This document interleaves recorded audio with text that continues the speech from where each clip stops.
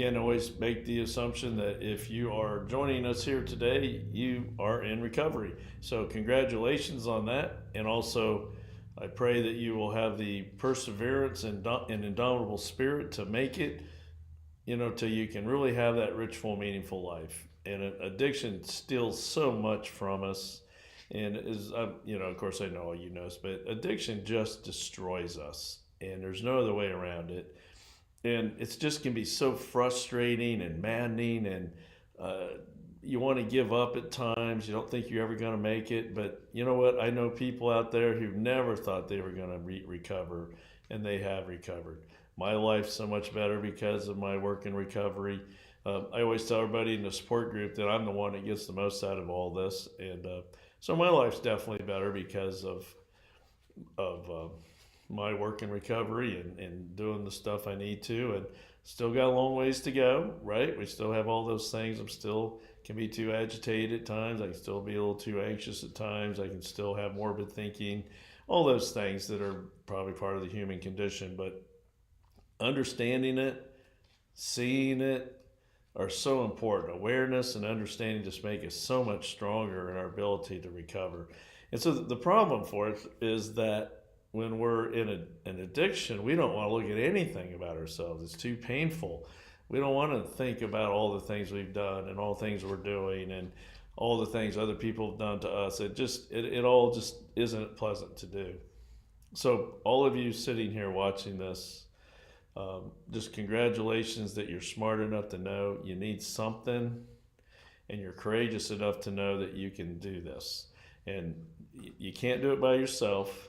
So make sure you get yourself to support groups, professionals, all those things you need to overcome addiction.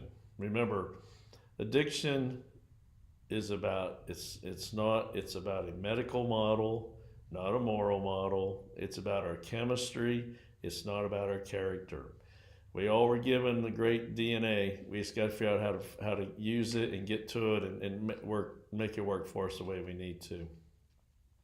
So today we're going to talk about that dadgum hypersensitivity. Sometimes we refer to it as our emotional sunburn. And so, we're using I'm using Dr. Tversky's book, Addictive Thinking, kind of as the base to all this. And he has a great analogy in there about you get on an elevator with someone who just is, you can, a crowded elevator, you can just see that there's something wrong with them. They're just not who they should be. They're hypersensitive, they're angry, they're really withdrawn, and you come find out that they're massively sunburned, and every time one of us touches them accidentally, it hurts. Well, that's a pretty good analogy for us when we're in addiction mode. Everything's a threat. We overreact, we underreact, we shame ourselves beyond reason, we don't trust anyone else around us, we live in survival. We don't live with purpose. We don't live with connection. In fact, we live with disconnection of ourselves and others and God. And we just can't see what we're doing because we're just so hurt and all that. And a lot of you have been, on here before, that a lot of what we talk about here is trauma, abandonment, childhood neglect. We always just keep repeating that great line. I don't care about your childhood, but I do care about how your childhood affects you today. And that's what's so important. We just have to keep looking for those things that causes us to be so emotionally sensitive and expecting the worst. And then we use substances, compulsive behaviors, or other people that try to help us maybe not even feel good, but maybe to help us at least feel what we think is normal. So again, one of the things I always tell people is that in addiction recovery, it's sometimes it's hard not to judge people for what we're doing, but on the whole, anybody who's in recovery I see is courageous, because underneath all this there's so much pain you have to face. I always think, I read that one time, I think it was in the book Radical Outreach, that he was writing that, there's kind of this anecdotal belief system that the vast majority of men who are addicted are actually kind, caring, sensitive boys who we just are a little too sensitive for things, and we were hurt easily. But those are great characteristics to be kind, caring, and sensitive. But in our society, we haven't always been told that's a good thing. Someone read about David. Now, David from the Bible, he was considered the greatest king of all time. They describe him as a man after God's own heart. Wrote a lot of psalms, talented musician, amazingly effective and victorious warrior.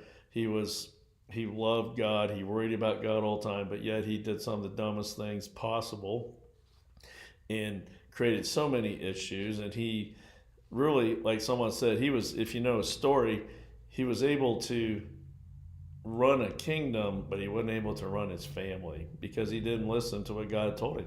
God told him, do not take more than one wife, and I think he ended up with, I don't know what it was, 17 wives.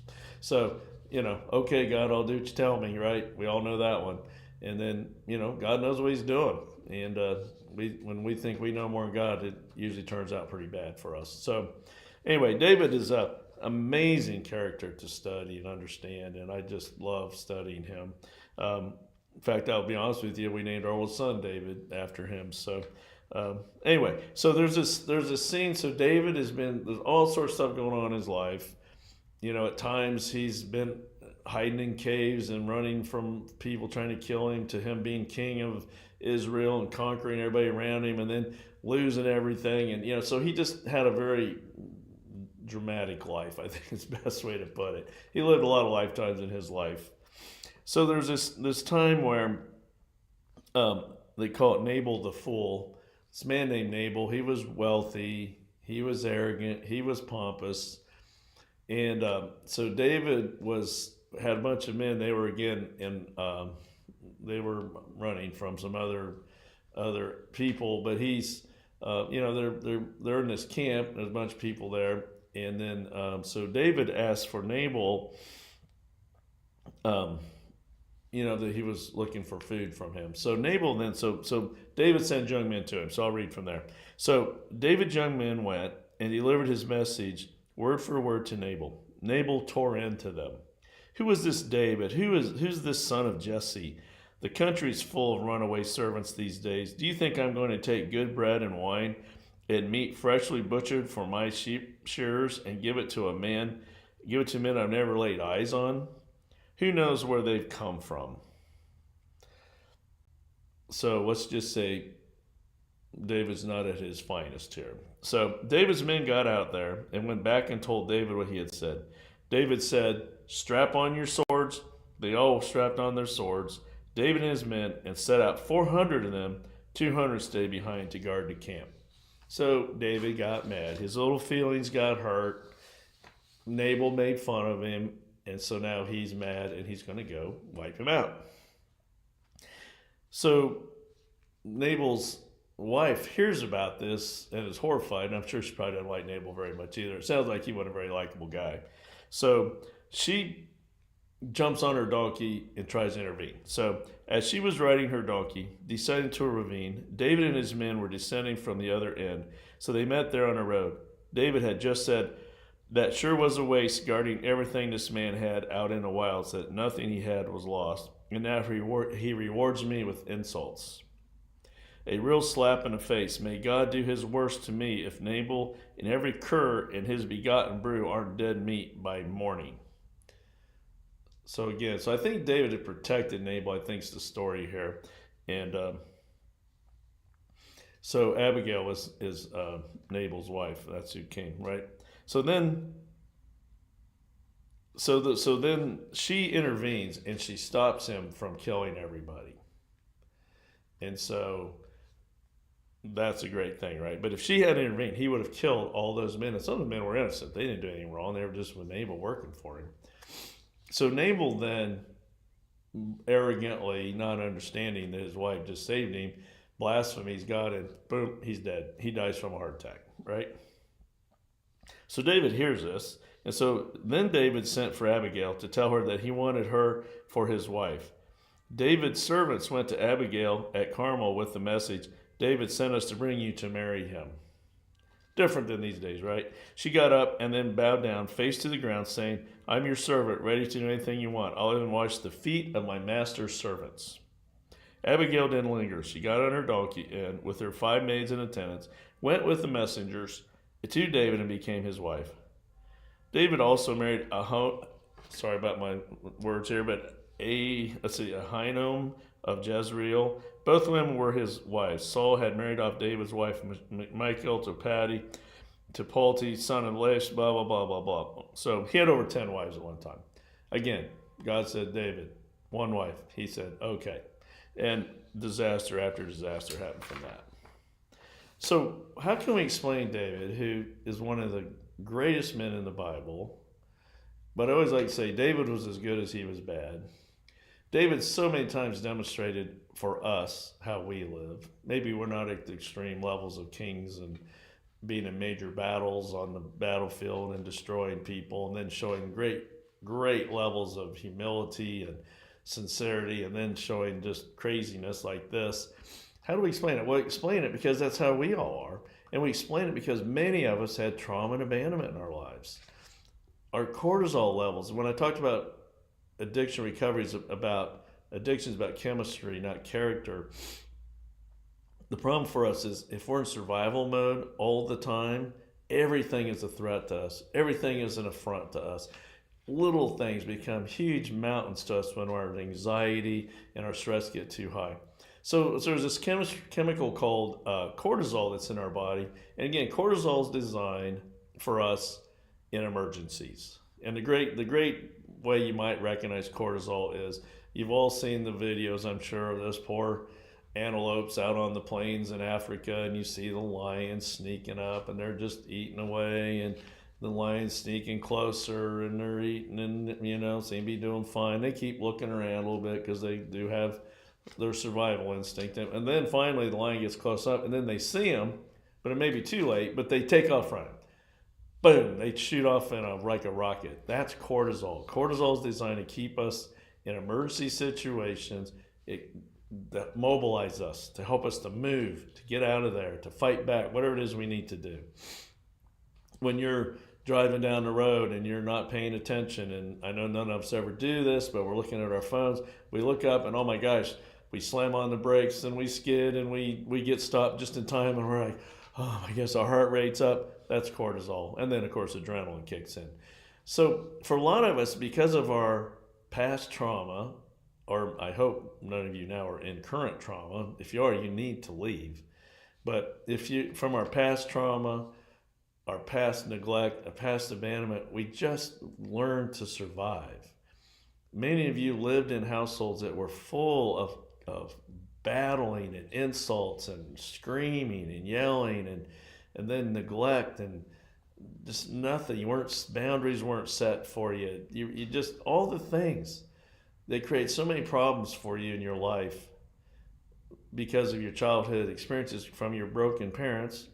And not judgment on them, it's just that we're people. And as you grow up to be an adult, you understand that about your parents. And so we just have to keep understanding that we're probably walking around with too much cortisol in our life. So what's a way to help us with cortisol? To feel better is to use something, or to get online for 2 hours and forget about everything else. I don't know about you, but I don't know if any of you get sucked in this, but I know on YouTube, if I get started on YouTube Shorts videos, I can be there for an hour, not even think about it. I'm going in, I'll go, okay, just one more. Well, think about it. Those things are what we do to help us just not forget about everything. And sometimes that's okay. Sometimes it's good to get away from our lives and, step back and relax and enjoy things. So I'm not saying that that's wrong by itself. But when you find yourself doing addictive behaviors, whether that be substances and or compulsive behaviors and or getting yourself involved in crazy relationships, giving yourself up, living with resentment and anger, finding yourself in another broken relationship, all these things, this is all you living addictively. And you do it because you just want to feel normal. You just want to feel right about something.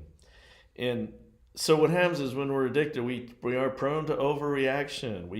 We have extremely unusual behaviors, like David. I mean, here's a guy who was a king of Israel, and Nabal, some dude over there he'd helped protect at one time, bad mouths him, and David's going to go kill him and all of his, over 200 people. I mean, think about that. What an overreaction. What a nuttiness. But in the moment, David thought that was fine. And of course, I always wondered about his other people in his camp, as the wives, the other soldiers. I guess he would have some officers. Were any of them saying to him, David, you sure you want to do this? Maybe he just was so, maybe they just knew when doing good. I don't know. But when we overreact, we disconnect from ourselves. We disconnect from God. We just don't see who we are. We don't see what we're doing. All we can do is feel under attack, feel like we're being misunderstood, and nobody loves us, blah, blah, blah. All the stuff we say.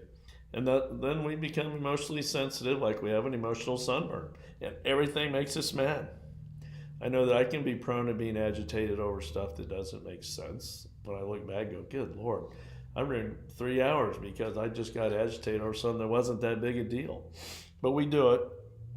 And the problem is that people around us get hurt by it, and we just want to, we become pretty tough to hang around. So why do some people become addicted and others don't? I always think about Dr. Vanderkolk's quote I saw on YouTube one time, and to me, he's the guy. He's the preeminent guy he's been able to present a face of understanding trauma and abandonment, childhood neglect better than anyone. Now, there's lots of good stuff out there. He wrote the book, The Body Keeps the Score. He does a lot of podcasts and things like that. But one of the things he said was, if you're an adult and you've not had any trauma or abandonment in your life, it's virtually impossible to become addicted. So think about the implications of that. What he's talking about is how much pain and agony and misery we're in, and that because of all those things, the confusion of our childhood. And so why do we resort to substances or compulsive behaviors and crazy? Because it's what we know. And it's something that gives us brief moments of relief. And that's what people don't understand who don't have this. I mean, emotional anesthesia is what we're doing to seek relief from feelings of stress, discomfort, toxic shame. And we just, what we always have to remember is we just loathe ourselves when we're in addictive mode. We just can't find anything good about ourselves. And so what we do in this dysfunctional hypersensitivity, not only is that it's negative, but we also oftentimes we overlove, or we may love too intensely and idealize someone, which then we're always going to be hurt. Nobody's perfect. And then when we hate intensely. We cannot stop. And our chemistry betrays us. This is where our cortisol and our adrenaline kicks in, and then we have more anxiety and depression and anger and all those things. So it's all the things we don't want.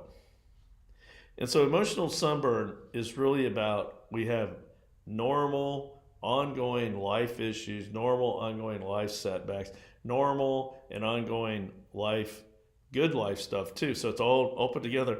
And what we tend to do is we just find the bad in it. Our cortisol tells us we must survive. We must survive. We must not be hurt or harmed by all this. And the other thing is when we do this, of course, nobody wants to be around us. And so we certainly disconnect from ourselves when we do this. This thing called alexithymia, where we really can't describe how we feel. We can't see how we feel. Carl Jung calls it the shadow function, the part of us we don't want to see or can't see. That's what recovery is about. It's helping us to identify these things so that we can quit doing them when we don't even know we're doing them. I mean, I've known people in my life who I used to describe, said, they're really selfish, but I don't know if they know they are, because it's how they were raised. They just don't know any different. And for many of you, the craziness of your childhood, you think everybody did this when we don't. We always talk about the Adverse Childhood Experiences survey. About 13% of the population scores a 6 or more on that. So the higher you score, the more trauma you had in your childhood. And so there's 10 questions. And the vast majority of our NorthStar group have scored way over 6. I mean, the vast majority have scored at least 6, but we have 10s. There's not very, you look at the national population, and there's been a lot of lots of numbers, pretty reliable numbers on the adverse childhood experiences, and we're way above average in our scores because of that's why we're there. That's why we're in recovery, because we experience all these things. So it's always a little, I just want to make sure you hear this. In many ways, your addictions are a result of other people's behaviors, but at the end of the day, it's you that've got to recover. It's you that's got to break the cycles so that you don't put it on other people. And for David, if you don't know his story, again, David, a great king, great ruler, under attack some of the time, great warrior. I mean, he was amazing. Musician, writer, all these things. But his trauma and abandonment, I'm sure, from all that created him to not be a very good father. And he really did lose positive control of his family. I mean, he had one of his sons raped one of his daughters. Another one killed one of his sons. I mean, it just became a mess. And, I'm just using that to illustrate that addiction starts with our childhood, with our homes, all those things. And and when we're addicted, we live in torment. I mean, we're in pain because of our, rejection or abandonment is so hard on any of us. But oh my gosh, when we're in our hurts, habits, and hangups mode, rejection is just devastating. It's the end of the world, and the problem is we anticipate it, we promote it, we cause it. I mean, those are things we do. That's why this emotional summer is so confusing, is because we expect to be abandoned, we expect to be traumatized, we expect to be hurt, because that's what we know. And so a lot of times we go out and create problems, right? We're always braced for that next bad event, right? With our hypersensitivity, we may become provoking or abusive. We may become clingy, graspy, and possessive. We may become jealous and crazy. Or we may withdraw socially and not even be seen for a while. I know one of the things we always talk about is that when people stop coming to our NorthStar groups, we all kind of go, oh, they're not doing well. And it's usually the case. We've decided that the world's against us, that we have more issues than anyone else, and nobody cares about us, nobody loves us, and nobody understands us. When you start saying those things, you should say, okay, I'm in big trouble. I need to get myself back into a group, or find a professional, pray, meditate, work on gratitude, because you're not where you need to be. But sunburn will tell us that it's the others, it's other people, and we're so sensitive, we just can't take it. And, when we're sunburned, someone's touch may elicit sharp pain, and but usually no offense intended, right? So someone actually touches you. Now, if someone comes up and slaps you when you're sunburned, which I see kids do that I work with, but that's not the case, most time. So as hypersensitive addicts, we often aren't even aware of our emotional hypersensitivity. And what we do is we see hostile intent in innocent acts and things that we're doing, that our people are doing, that usually aren't true, right? So we see ourselves through the eyes of failed relationships, failed jobs, inability to stop using. We see all these things as failure points to validate how awful we are and bad we are.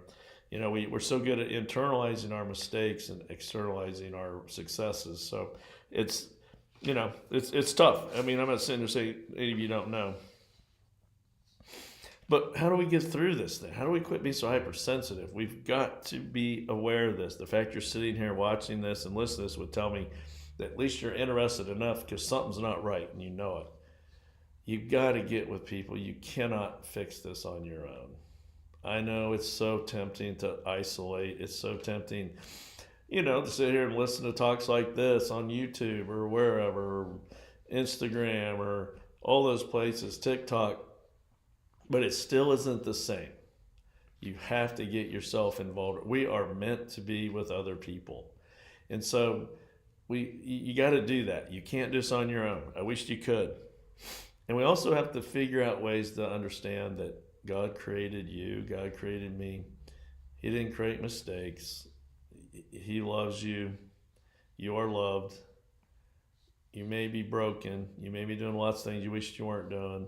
You may be unable to stop doing things you wished you could. I hope you're at least there. Sometimes when we're addicted, we're so destructive we don't even see it for a long time. But we don't need to be loners. We don't need to do that. We certainly, if we do get with other people, we have the possibilities of being hurt, and it will happen.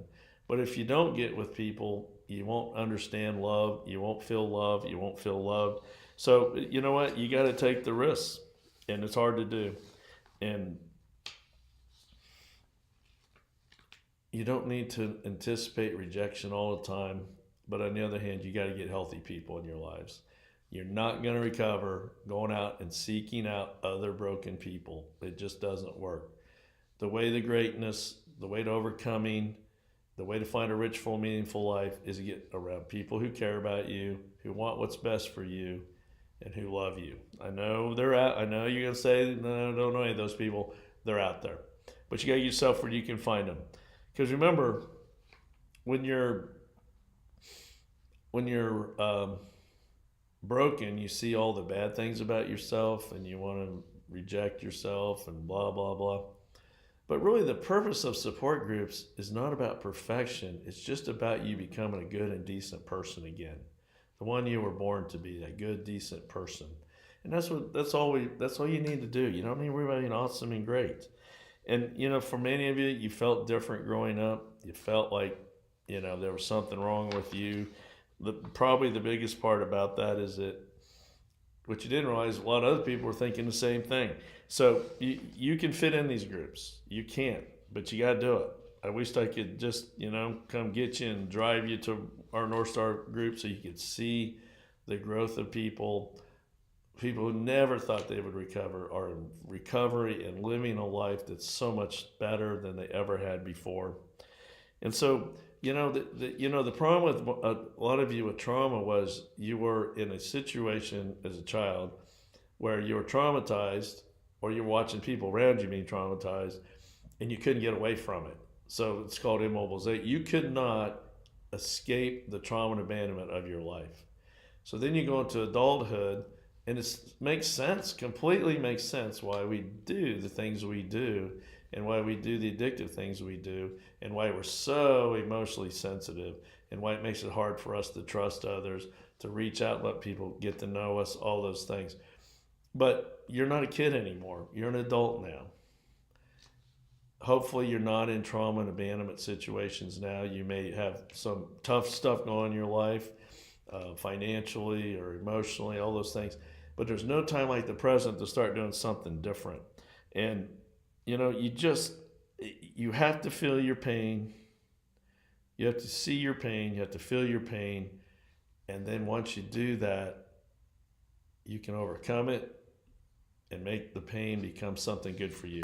Because remember, we always talk about the way to overcome trauma is to talk about it at the pace you can, and then find ways to assign good to the trauma. That's when you know that you're making it. When you go, and I love that TV show series, The Craftsman. I can't remember his name. I need to get it down, but he was talking about his Vietnam experiences and loss of his parents and all this kind of stuff. And he goes, what doesn't kill you makes you stronger. But you know what I think stronger means? That we're able to be empathetic. We're strong enough to be able to be empathetic to other people around us. That's pretty powerful. I like that. That's a good one.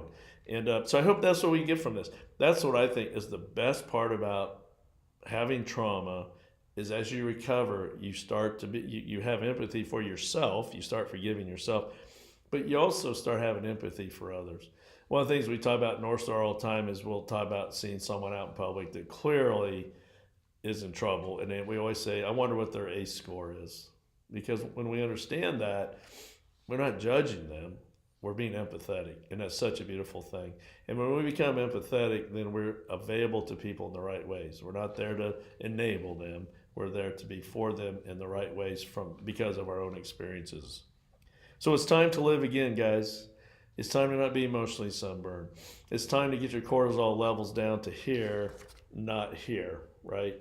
It's time to quit living like you're under attack all the time. It's time for you to not see everybody in the world as bad. It's time for you to acknowledge that some people are not good, some people are toxic, but there's a whole bunch of people that are good.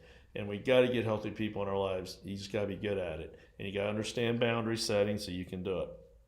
But connecting to your feelings, facing your pain is the way to overcome this. And then assigning good to the pain. So Russell Brand's quote is that addiction starts with pain and addiction ends with pain. And that's so true. Pain is what caused us to do all the nutty things we've done to try to avoid our pain. But then the way to recovery is to do exactly what the opposite of what we've been doing our whole life is we got to face our pain. So I really hope this has helped you today. We just have to find people to help us overcome this. You can't do it on your own. Here's a quote from Dr. Tversky I'll end with. As emotionally sunburnt people, we are difficult to deal with, but if we can rise above our own hurts and remember God's love for us, we may just be able to respond more effectively and less personally to those close to us who are suffering in their addictive thinking. We must find safe and supportive groups and or counselors to get us moving in the right direction. How's that sound? Live with gratitude. Pray, meditate, 3 minutes a day minimum. You'll find results. And so just know we're here for you. So for here at NorthStar Community, we meet at 7046 Cold Harbor Road, Walnut Grove Baptist Church. We have support group meetings at 6:30 on Wednesdays and Fridays. And of course, we do this online talk. We have, I'm available for on individual sessions as well. If you ever want to get a hold of me, email me at csimpson@wgva.church. Just remember, hiding and avoiding your pain does not work. All it does is it creates more issues and more pain in your life. At your own pace, at a pace you can handle, facing your pain will do more than anything else you can do to live that life, a rich, full, meaningful life where you're not a prisoner and victim to your addictions. So I just love to hear from you. On Friday or Wednesdays and Friday nights, we have childcare, we have meals. So all's good. You can come. You don't have to worry about dressing up. Come as you are. We would love to see you. So anyway, come join us. And we'll close with a prayer of serenity. God, grant me the serenity to accept the things I cannot change, courage to change the things I can, and wisdom to know the difference. Living one day at a time, enjoying one moment at a time, accepting hardships as a pathway to peace. Taking, as Jesus did, the sinful world as it is, not as I would have it. Trusting that Jesus will make all things right if I surrender to his will, that I may be reasonably happy in this life and supremely happy with him forever and the next. Amen. All right, thanks for joining me. Get out there and have a rich, full, meaningful life.